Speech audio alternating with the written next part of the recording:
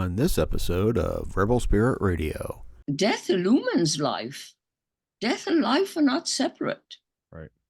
You know, and Nick, we can go a little further if you like. And so these are topics that are very close to my heart.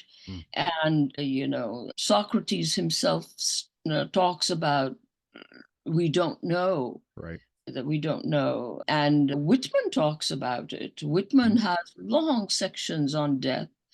And he says nobody knows that it isn't a good thing, So if you focus in on this part of dying and the part that that trusts, that accepts, that believes that our consciousness endures, because consciousness is deathless, Right.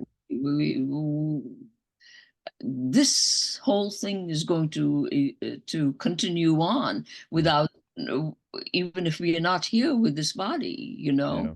And so that is what we need to focus on if we are afraid of dying.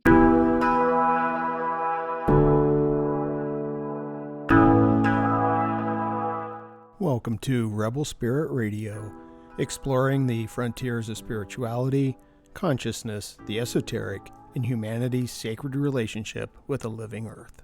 I'm your host, Nick Mather, and in this episode I am joined by award-winning playwright, poet, and author Kamla Kapur to discuss her latest book, The Privilege of Aging, Savoring the Fullness of Life. Kamla shares her insights and experiences on aging, emphasizing the importance of self-reflection, the challenges and rewards of self-love, the necessity of exploring aging and death head-on, and the value of spirituality and embracing the mysteries of life. Also, please be sure to like and subscribe to this podcast on whatever platform you use to listen to or view podcasts. Your support is truly appreciated. Kamla Kapur was born and raised in India and studied in the United States. An award-winning playwright, poet, and author, her writing has been featured in anthologies and journals such as Parabola and The Sun. A former literature professor at Grossmont College, she and her husband divide their time between the remote Indian Himalayas and San Diego, California. She joins me today to discuss her latest book, The Privilege of Aging, Savoring the Fullness of Life. Kamla, welcome to Rebel Spirit Radio. Well, thank you for having me, Nick. Yes. Well, I'm looking forward to speaking with you. As I mentioned before we hit record, your book's a different book than most of the books that I speak with people about. And I think everything will be fine on my end. It makes me a little anxious, I suppose. But I did very much enjoy the book. I thought it was beautifully written and it's very, very personal. I think out of necessity. And I thought that a good place to start is sort of why you wrote the book. And I think you state it in the very first sentence of the first chapter, where you wrote, I don't want to wait for old age and death. Rather, and this is outside of the quote, but rather you wanted to encounter them and meet them head on. Yes, that is one of the reasons. There are always many reasons why you write a book, As a writer, I'm compelled to write. That's how Yeah. I live, that's how I breathe. And I especially write about those topics that are sort of bothering me a little bit. And because writing is a way of plugging into the topic and of exploring it. Mm. And so I wanted to explore aging, Mm. and I wanted to explore, of course, one never knows about death, but I still wanted to concentrate my consciousness around death, because that's what old age heralds most, and it is what causes the anxiety around aging for most people, because even if when they don't articulate it to themselves, they know, they subconsciously and subliminally know that old age means, okay, this is the end of the line and we are moving closer to the event horizon. Right. And that was another reason. And then, of course, as you get older, you kind of want to capitulate your life a little Mm. bit, Yeah. and what brought you to this point in your history. So that was another reason. And the third reason, and there are many reasons, but I'll just mention one more, is I wanted to find a book that spoke about aging and a character's experience of life in a very honest and raw way. So I ended up, because I couldn't find that book, I ended up Mm. writing it myself. And so I've peeled back many layers in this book and discussed them and show them. And Mm. that's a brief history Yeah. of began. Yeah. Yeah. No, I definitely see that in the book. It's a very courageous book, I think, in the sense that, especially in Western culture, we do not like to think about death or growing old, and we sort of hold up youth as this, grand thing. And you took this very honest look, and I was thinking towards the end of the book, you're talking about going on a hike, and the knees and are hurting you, and but you're pushing forward as best as you can, Mhm. and all of us have to face this, and it's a act of self-reflection, I think we all have to engage in. It's never an ending thing. It it never ends. It never ends. And I think that unless you self-reflect and self-reflect as honestly as you can, I think our lives end up being a little purposeless, because we want to live deeply, we want to live intensely, we want to dig our suckers into life, the way butterflies and hummingbirds do. And in order to do that, we have to self-examine and self-reflect. Mm. I think that that is something that's essential, and it's something I do in my journals practically every morning, because it gives me a very good idea of where I am that day, and it allows me to express, all my concerns, and then it allows me to see them, and then it allows me to transcend them, because that is the journey. I mean, the purpose of self-reflection also is self-transcendence. Mm. Yeah. Yeah, a couple of things come to mind. One, obviously, I think, is Socrates, the unexamined life is not worth Mhm. living. Yes. And the other is one of my favorite writers and thinkers is Henry David Thoreau. And in Walden, he mentions, sucking the marrow out of the bone of life. Yes. Yes, and many gurus, my Guru Nanak, Mhm. talks about people who don't self-reflect as animals, because that's what Socrates says, not worth living. Right. And I know it from my own, and I'm not judging others, I'm judging myself, because I have days and moments where I'm not living as deeply as I could, and I am just eating and sleeping and Yeah. not really thinking much of anything, and those days are fine too, but you can't live a life that way. Right. You have to live more deeply. It's a rare gift to be alive. Mm. And so self-reflection becomes very necessary for our happiness, basically. Yeah, absolutely. I agree with that. And there's also an aspect of as we move through life, there are a series of transformations. And as you get older and you retire, you kind of abandon, you used to be a teacher. And I'm familiar with Grossmont College, by the way. Oh, Um, great. yeah, I spent 20 years unfortunately, as a adjunct professor.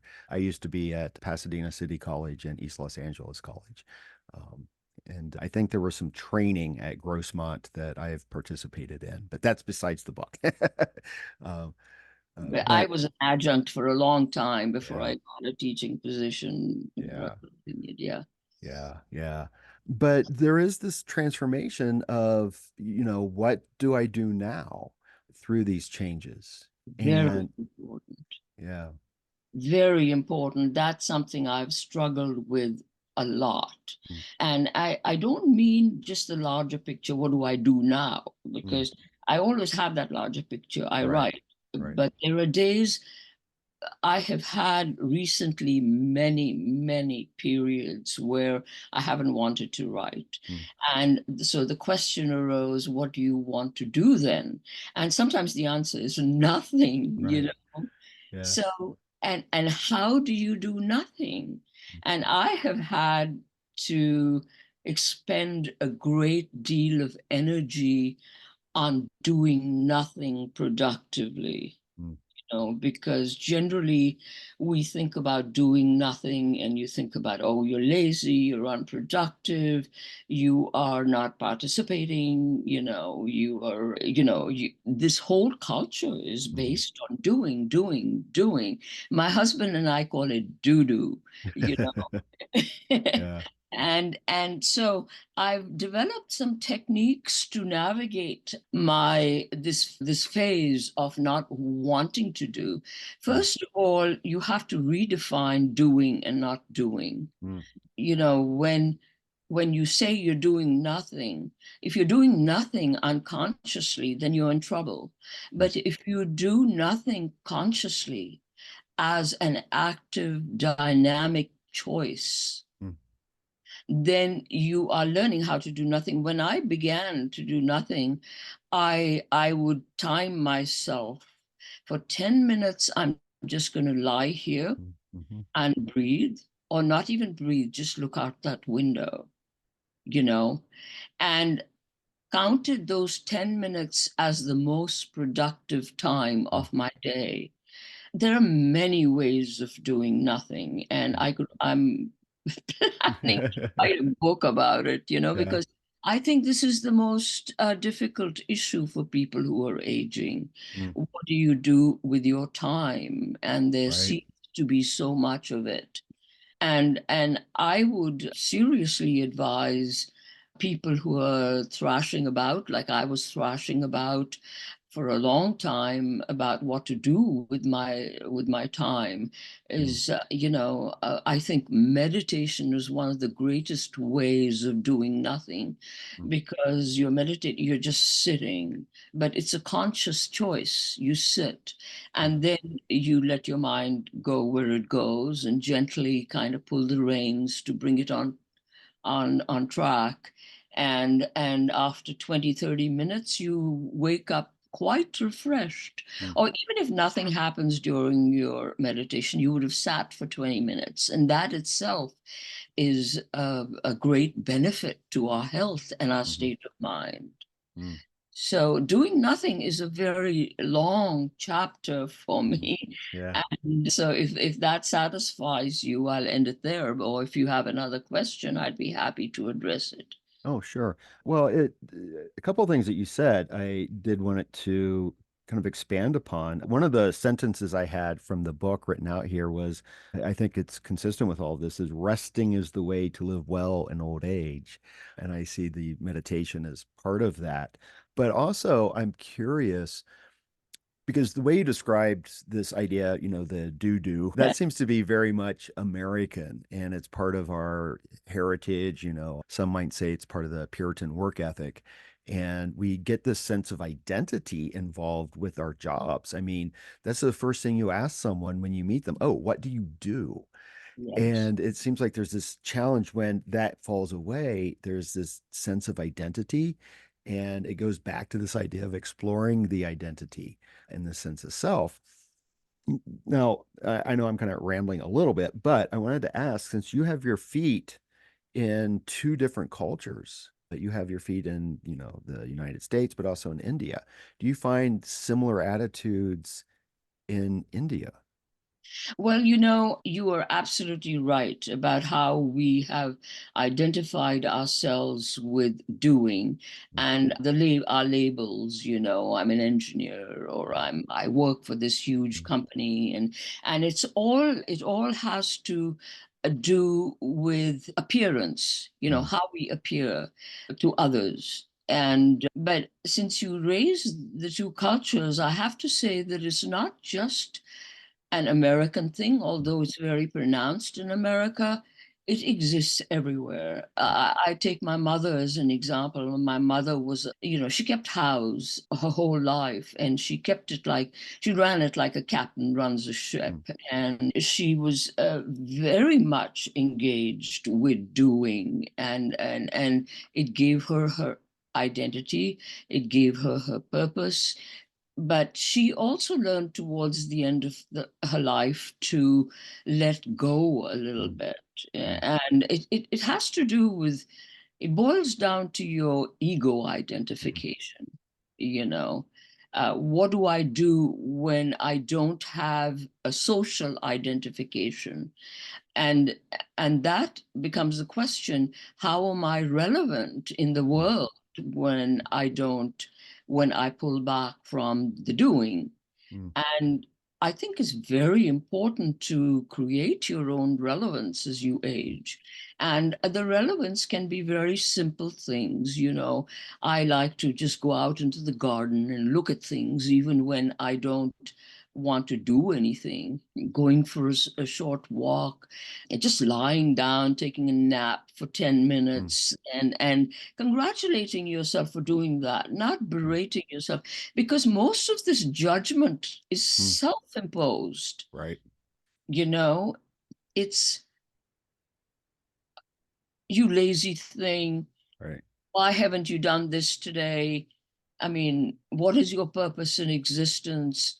It's this constant whipping of oneself to be what one was, which one can no longer tolerate or be, you know. So that is where it has to be addressed. And in the book that I'm writing now, there's a whole chapter on this, which is about how to conquer that part of your mind that's always scolding you. And it can only be, I think it can only be overcome with self-love. Yeah. I'm very big on self-love. Yeah. Yeah. Yeah. We internalize that work ethic, and Yeah. we internalize the manager or the taskmaster, however you want to phrase it, and we're Yes. constantly criticizing. But that is actually something that came out very much in the book, was this practice of self-love, and like looking at yourself in the mirror and telling yourself, oh, I'm beautiful, Yeah. and things like that. And I think that's so crucial and important, especially as we get older, Yeah. because we often hold, the ideals of beauty with youth. But it's Yes. not. You are a beautiful person. I'm seeing you here. It's lovely.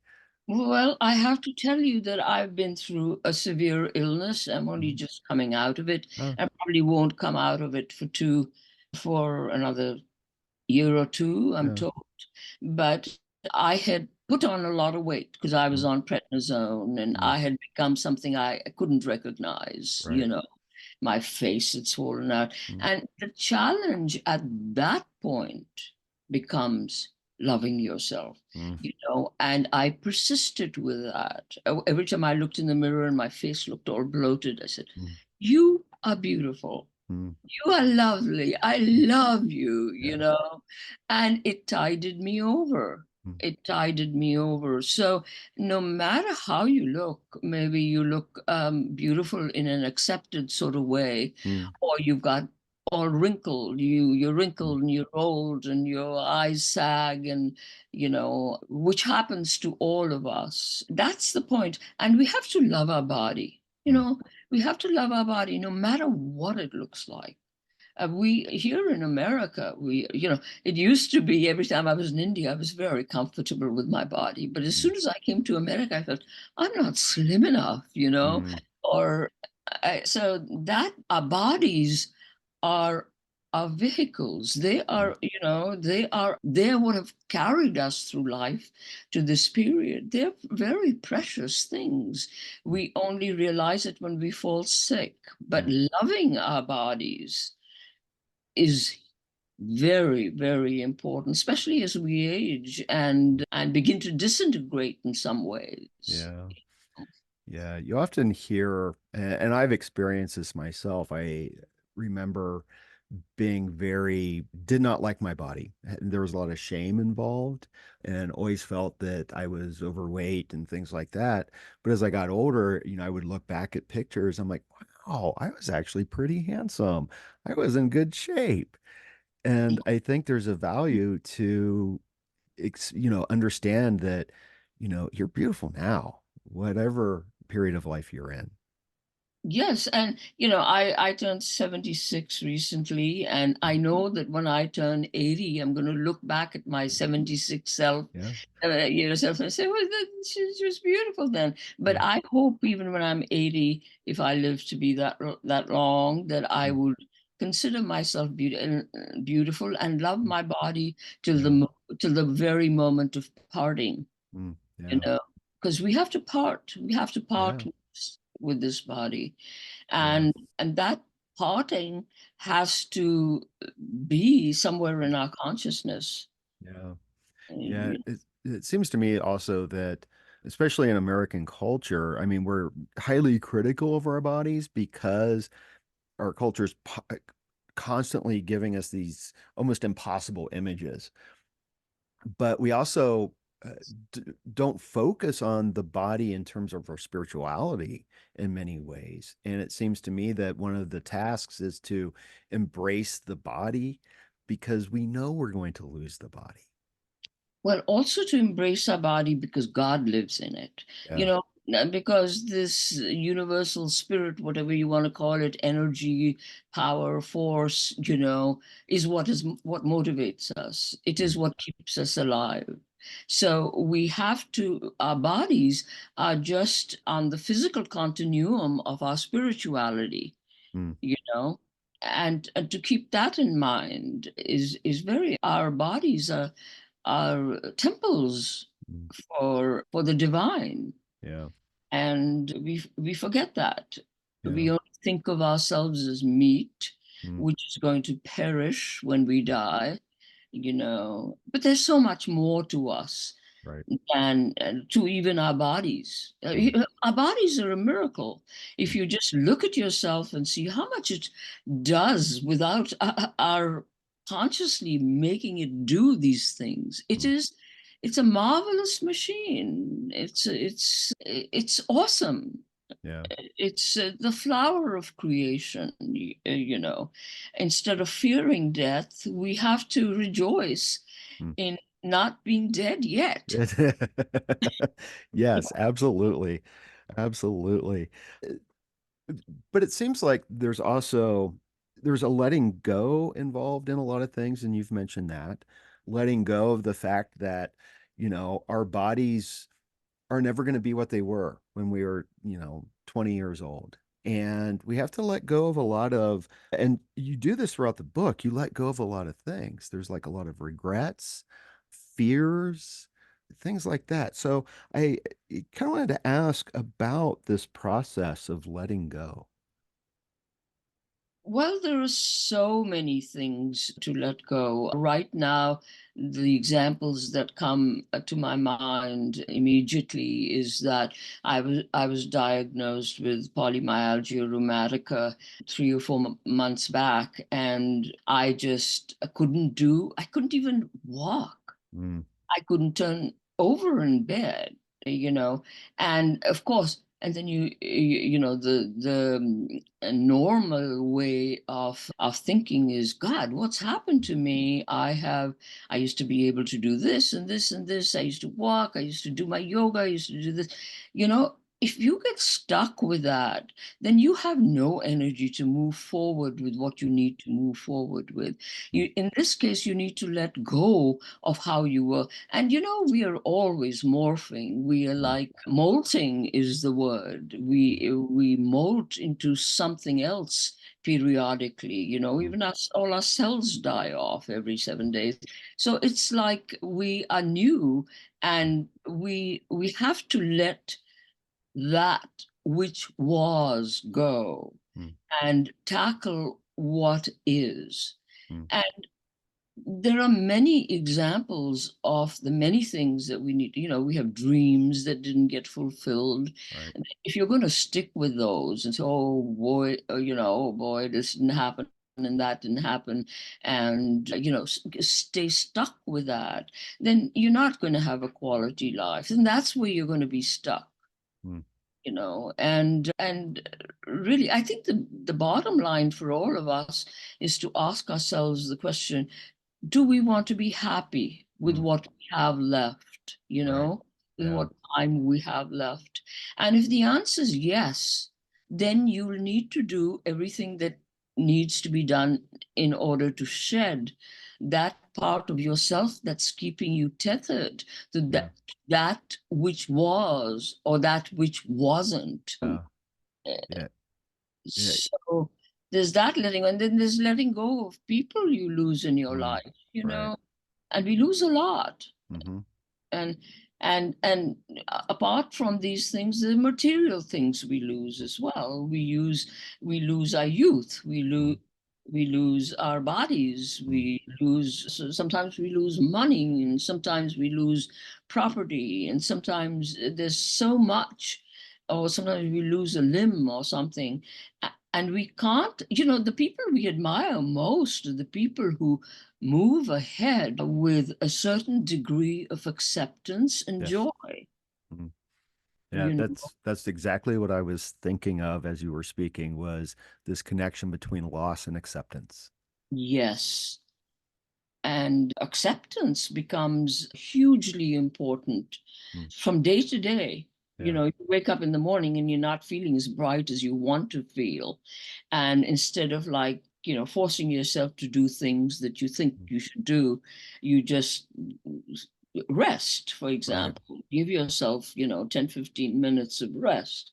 And you've accepted that you're tired, and Mm. you wouldn't allow yourself to rest until you've accepted that you're tired. Yeah.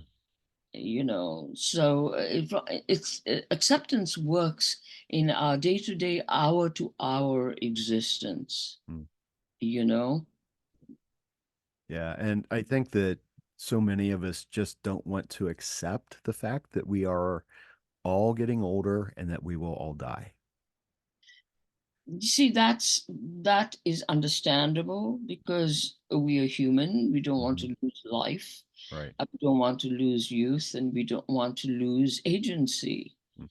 But my answer to that would be that unless you accept the rest of that where you're at right now, the rest of your life will not be a happy one. You'll be an unhappy person because you'll Right. always be mulling over that which you've lost. Mm.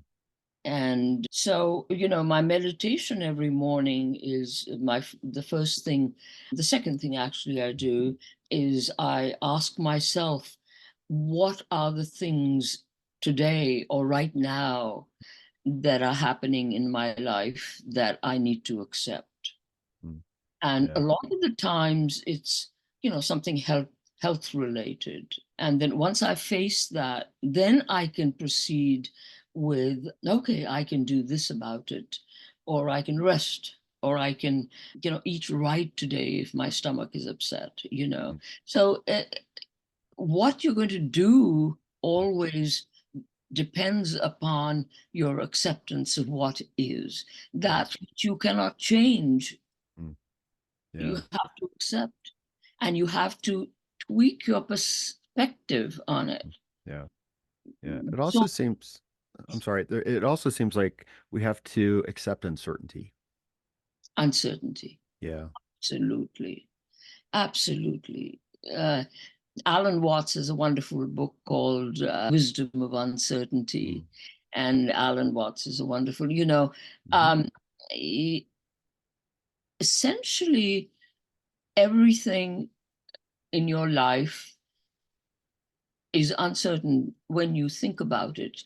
When you don't think about it, you feel you're just proceeding with your life as it is, and it's just going fine. But when you start thinking about these eternal questions, I mean, one of the questions that my husband and I are asking ourselves, you're making our trust, is who's going to die first, and Right. what we're going to do, and that sort of Mhm. thing.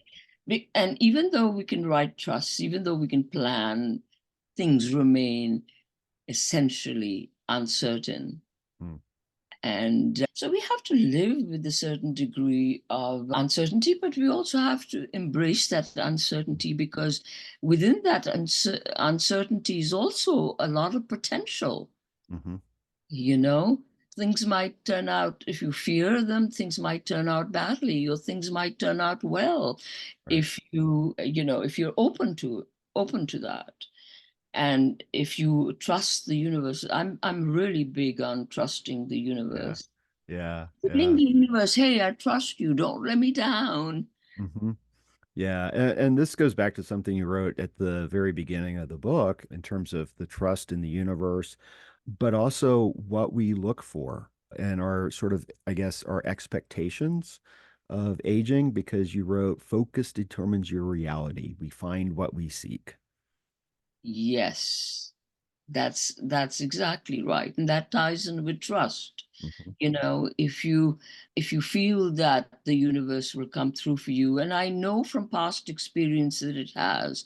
In 1993, I lost a previous husband to suicide, and it was very, very challenging and difficult time of my life. But when I really think about it, a lot of help came my way. Mm. And for help I did not even seek, but Right. that was sent, Hmm. Right. And so I think that the more you trust, the more the universe will provide. There is definitely a sympathetic relationship between us and the universe. I Mm. mean, we cannot deny it. Right. You might want to call it God, you want to call it a higher power, you might want to call it just the unimultiverse, Mm. and your days are better. Mm. You spend a better day if you're trusting the universe than if you're mistrusting it. Mm. It also seems what's connected to that is gratitude. Oh, gratitude is huge. Gratitude is huge.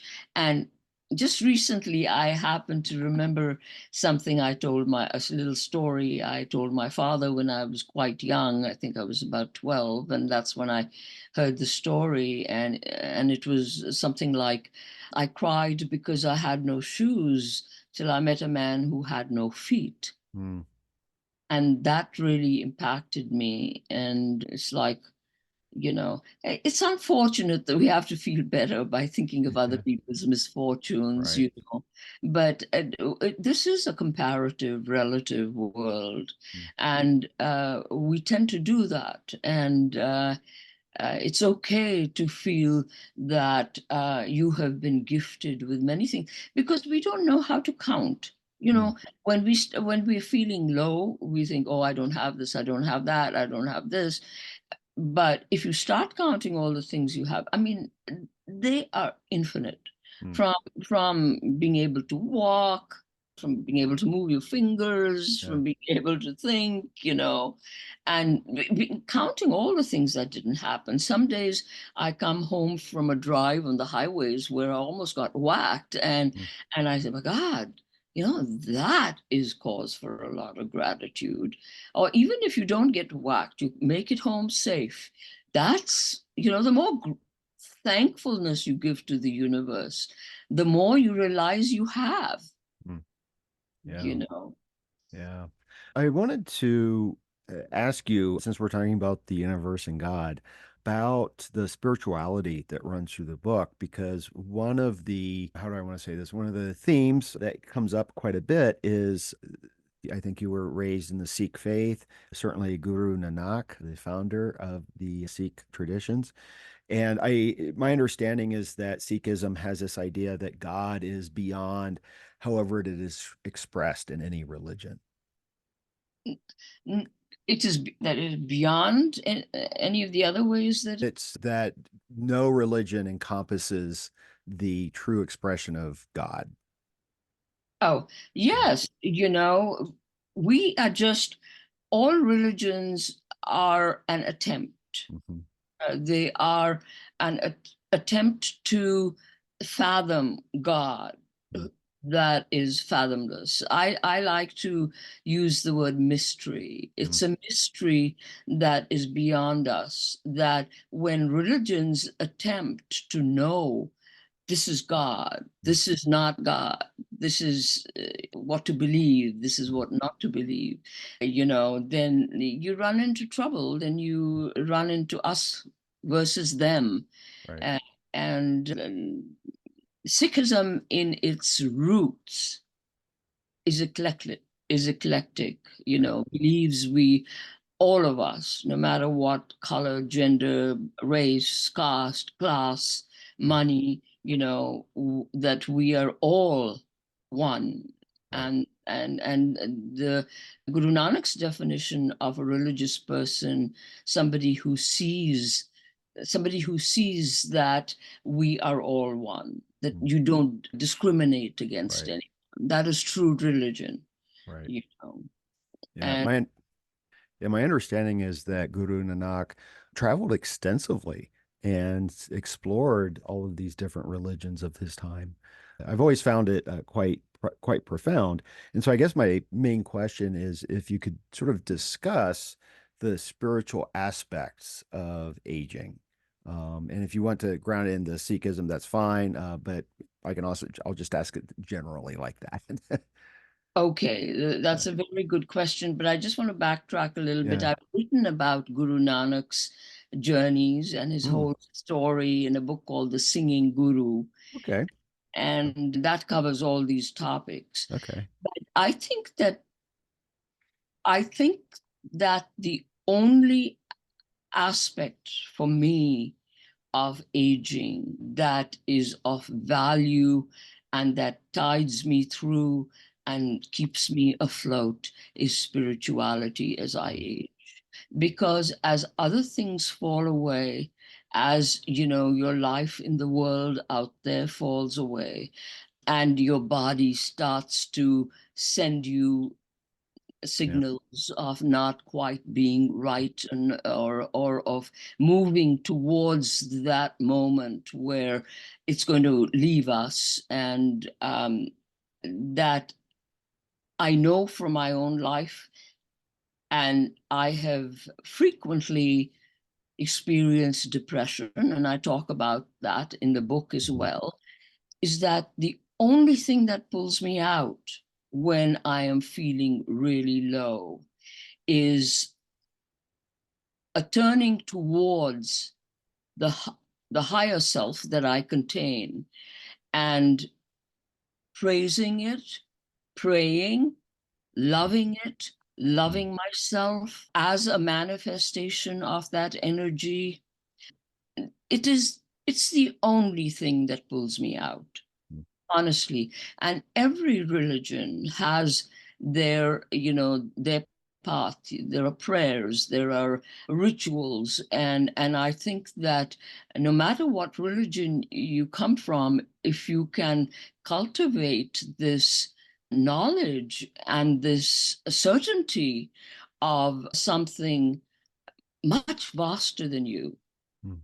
that you came from and that you're going to go to, return to, that is what is going to see us through a good old age. Mm. I think spirituality and aging go hand in hand, because when you're young, you're so busy doing other things, making Right. money, you're ambitious, you want to make a name for yourself, you want to, this, that, and the other. But as you age and you do less outside than you could do before, then it becomes very important to turn to, you know go to books. Mm. Books are a great way to awaken your spirituality. and go to your religious texts if they give you solace. Just don't go to those texts that tell you others are worse than you, Right. or the others are going to go to hell, Yeah. Yeah. So I think I can't, and because I believe that spirituality is essential as we age. The book I'm writing another book on Guru Mm. Nanak right Yeah. now, and it's called Pilgrimage to the Self. Yes. And Guru Nanak's map for our times, because he itemizes all the things that we need to do, that techniques and tools that he gives us that help us. Like one of them is conquer your mind and conquer the world. When we're feeling low, we're just swirling around in our own stew and in our own crap. That if you can just interrupt that with, I don't need this right now. I don't have to think like this right now. That's the way you're conquering your mind.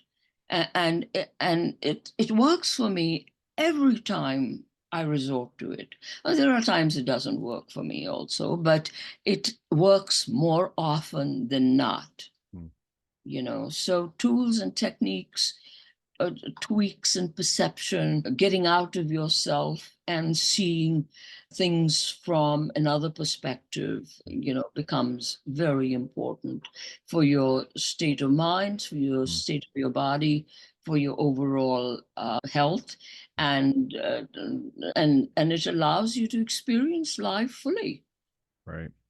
no Yeah. matter where you're at in it.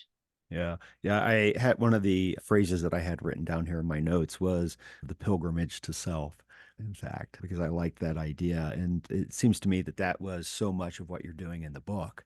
And this is self with capital S. And I know that there are traditions and even psychology. I believe Carl Jung, who you mention a few times in the book, Yeah. thought that it was the latter parts of life that we would start focusing on spirituality. And I know in the Vedic tradition in India, I forget the specific name. I know it's got ashrama in it, but there were these stages of life, and the last few stages were focusing on spirituality. Yes, James Hillman, also, who was a Jungian psychologist, has a line, I can't quote it exactly, but he says, old age was intended.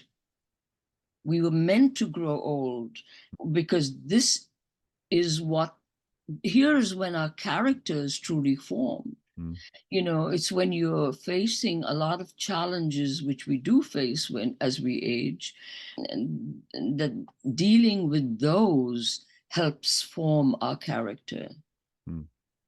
He says it's necessary for the human soul to go through old Yeah. age. Yeah, yeah, I can see that. I can see that. It's not for the weak. Aging is not for the weak. No, it isn't. What was that phrase? Not for sissies. Yeah, yeah, Not for sissies. Yes. yeah, yeah. I don't remember who said that, but this is, I think this kind of talks a little bit about some of the other topics that we've talked about in this like beauty of aging and embracing it.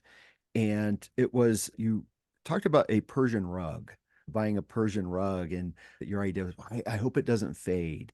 And the salesperson told you, you wish it fades because there was more value in the fading. Yes. Yes. Which is true of wine, which is true of, I'm not today what I was even 6 months ago because of all my challenges, but I think that I'm a stronger person for it. Mm. And I have to admit that it's not all a hunky dory. You do Right. have down moments and you do suffer, and you have to experience your suffering self Mm. before you can come out of it. You have to embrace the suffering. Otherwise you're stuck with it. So if you embrace the suffering, you can get the lesson from it. And so and Guru Nanak calls suffering a tonic, a medicine, Mm. because when you suffer, you are made more humble. You are taught what you're doing wrong, how you can improve it. If we didn't suffer, we would be insufferable. We would not be humble people.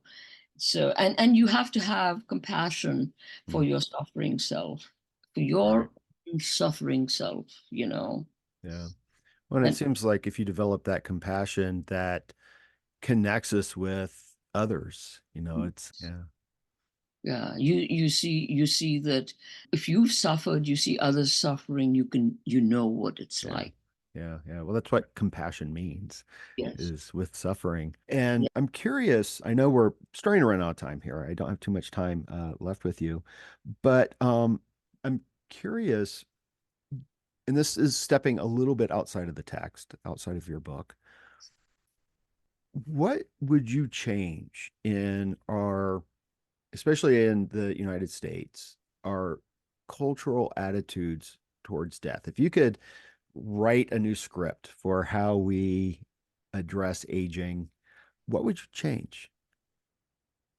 Well, I've always felt that our education fails us Mm, because it doesn't give us a grounding in the issues of life that we mm, all face when knowledge itself doesn't come to our rescue. mm, And what does come to our rescue is if we have had an education, and this is an education we can give ourselves also if we are motivated enough. And I would advise everyone to do it. Like I have a chapter in the book where I talk about Socrates' death, mm-hmm, and I talk about reading all the books on life after death and of near death experiences, which are written by like Moody right, and Elizabeth Kubler-Ross, right, and they give you a peep into what is possible in the mystery. mm, um, Nobody can say for a fact what happens when we die. But right, again, we have to come back to the trust mm, that whatever happens will be a good thing. Like Thoreau is mm, your hero, yeah, and his last words to his sister before he died were, now comes good sailing." yeah, Now come, I mean, yeah, that gives me goosebumps, you mm, know. Now yeah, comes good sailing.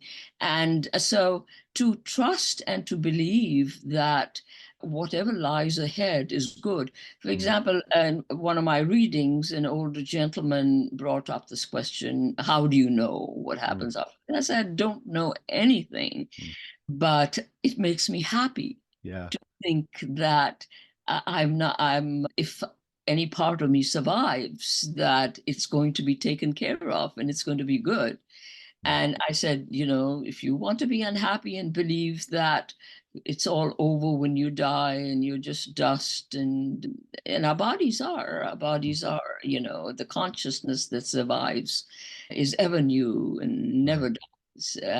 So if you want to be unhappy, you can believe, things that make you unhappy, mm, but it's a mystery. yeah, And people who say that we finish when we die, or people that say that we carry on in metamorphosed into something else, and that they they have a vision mm, according to which they're approaching death. right, If you don't have that vision, and you're always thinking, oh, I'm getting older now, I'm going to die, and that's the end of it. But I think that accepting your death, here we come back to acceptance again.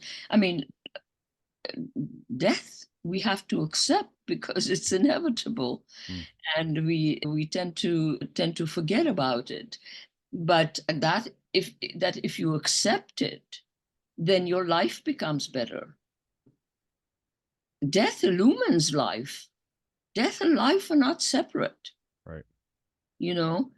And Nick, we can go a little further if you like. And so these are topics that are very close to my heart. mm, And Socrates himself talks about we don't know, right, that we don't know. And Whitman talks about it. Whitman mm, has long sections on death.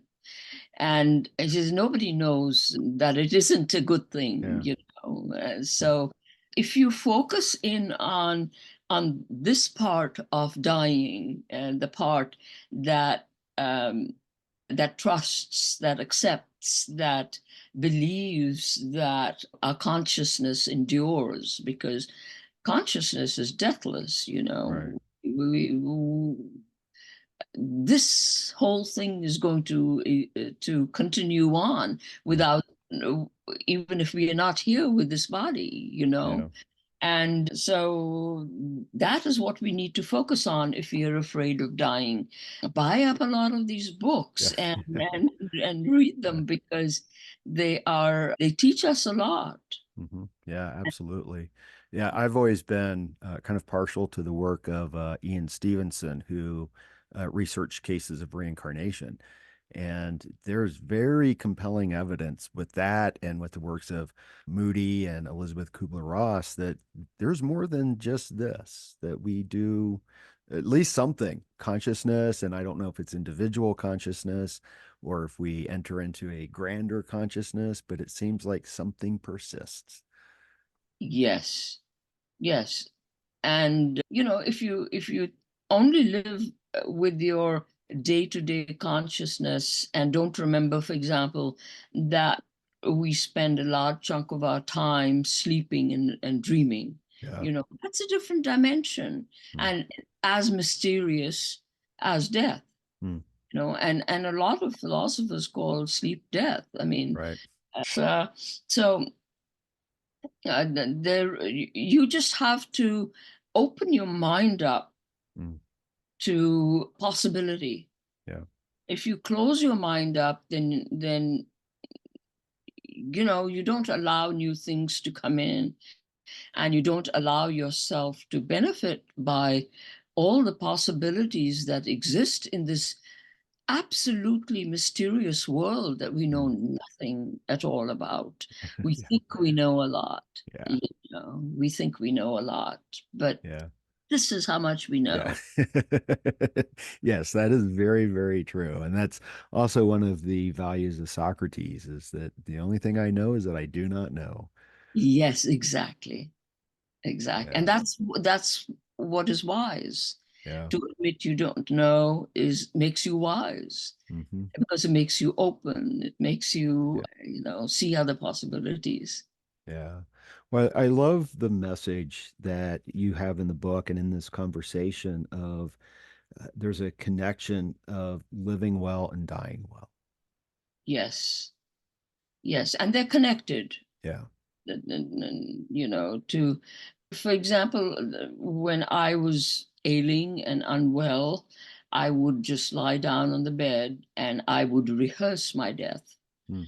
you know, which is okay, rehearse letting go of who I think I am, my story in this life, or, you know, letting go this ego identity that confines me, Mm. that limits me to just this particular existence. So I think that one can practice dying.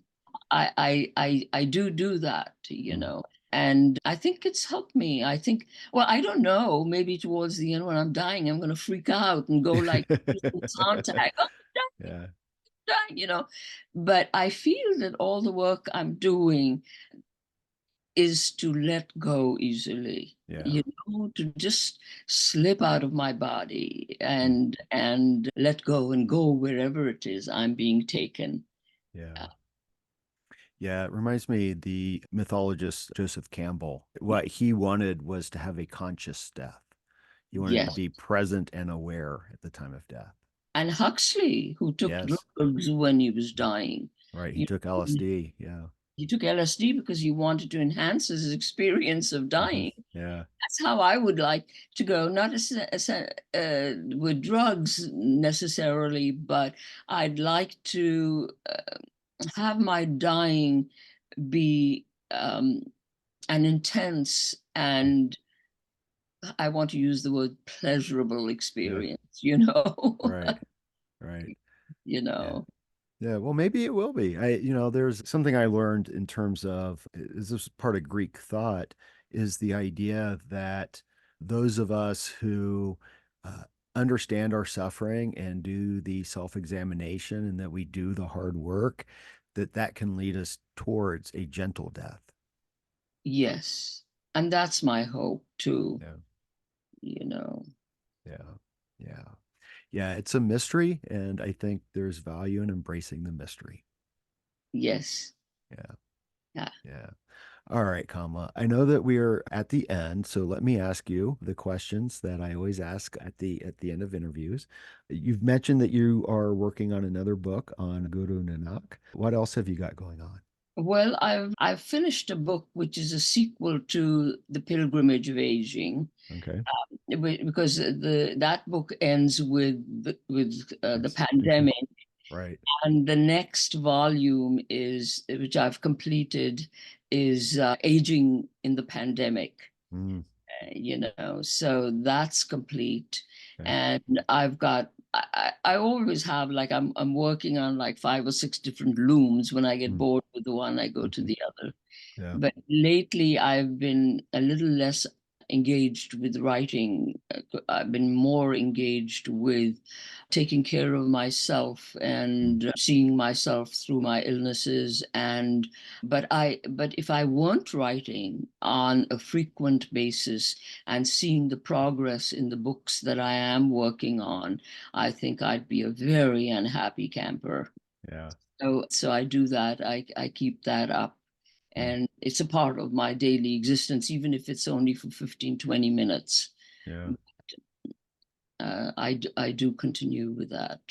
Okay. Do you have a website or social media where people can go to find out more about you and your work? Yes, I'm on Instagram. I'm Okay. on Facebook. You can Okay. search me under my full name, Kamla K. Kapoor. Okay. And I'm on YouTube. And my website is my full name, which is Kamla K. Kapoor, and it's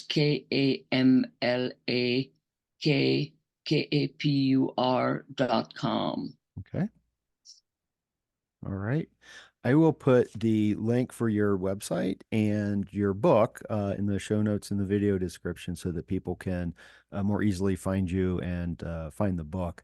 Again, I thoroughly enjoyed reading the book. I thought it was beautifully written, and I had this sense, this very real sense of kind of who you were or who you are. And I appreciated it very much. And I appreciated the messages and the guidance because I think this is for the sooner people get this message to be kind to themselves and to reflect, the better they will be as they enter age. Yes. Yes, and we have the time to do it too. Yeah, yeah, yeah, know. yeah. And it's a very good use of our time. Right, And I always encourage people to journal and right, not consider the grammar or, right. sentence structure, just to write out Yeah, what is happening. yeah, And it's a well of discovery. Writing is. yeah. It takes you to places just thinking doesn't, Right. you Yeah, know. I have a niece who's 18 and she lives in the same house with me now. And we were talking about journaling, and she said, "Well, I don't do that because I'm afraid I'm going to do it wrong." And I'm like, "There's no wrong way of doing it. Just journal, get it all out. Let it Yeah. be your soul. Get your soul into the pages." Yes, even if you're writing in fragments, and Yeah. Yeah. it doesn't matter. It really doesn't matter. Yeah. Yeah. Yeah. I'll share this with you. I know we're at the end, but when I teach philosophy and religious studies. And one of the things when we look at the existentialists, there's this idea of living authentically. Yes, And I always explain to students that, and also choice, that we choose our lives. And there's a connection between author and authenticity, the same root. And the philosopher Jean-Paul Sartre has a statement, I await myself in the future. And so what I tell students, I encourage them to journal, and I say, I like to imagine myself as a very old man, and I've got all of my journals in front of me. And I always ask this question of myself: what is it that I want to read? yes, Yeah. absolutely. Yeah. Yeah. So, Kamla, thank you so much for your time. It was a delightful conversation. And one last time, I was very fond of the book. I think it's an incredible work. Thank you so much, Nick, for having me. It's wonderful to talk to people who've read the book, because Yeah. then the conversation's more authentic. Yeah, yeah. I always make a point of reading the books. I don't know why anyone wouldn't, to be honest. Exactly. Yeah, yeah. Yeah. So, all right. Well, thank you again. Thank you so much, Nick. And that's a wrap on episode 160 of Rebel Spirit Radio. Thank you so much for listening or watching if you are part of my YouTube audience. Now you know what's coming up next. All the usual. Sign up for my Patreon, share this with friends and family, and share it on social media too, please. And subscribe or follow the podcast on whatever platform you use to listen to or view podcasts. You know the drill. But here's the thing. All of that is really important. Right now, putting together this podcast is a labor of love. And I do love it. I'm in the process of making changes to improve the podcast and the YouTube channel, but it's slow going. But your support will help me speed up the process and ensure that I can continue with the podcast and offer much more content than what I provide now. As I always like to say, I'm here in the Front Range now doing missionary work in regards to religion, spirituality, and ecology, consciousness and psychedelics, and how all of this can help us heal humanity's relationship with the sacred earth. So if you feel moved by the rebel spirit, and I sure hope that you do, then please, by all means, help me in my efforts to share the good news. I'm Nick Mather, and you've been listening to or watching Rebel Spirit Radio. Until next time, may you be at peace, may you flourish in all possible ways, and may you continue to nurture your rebel spirit.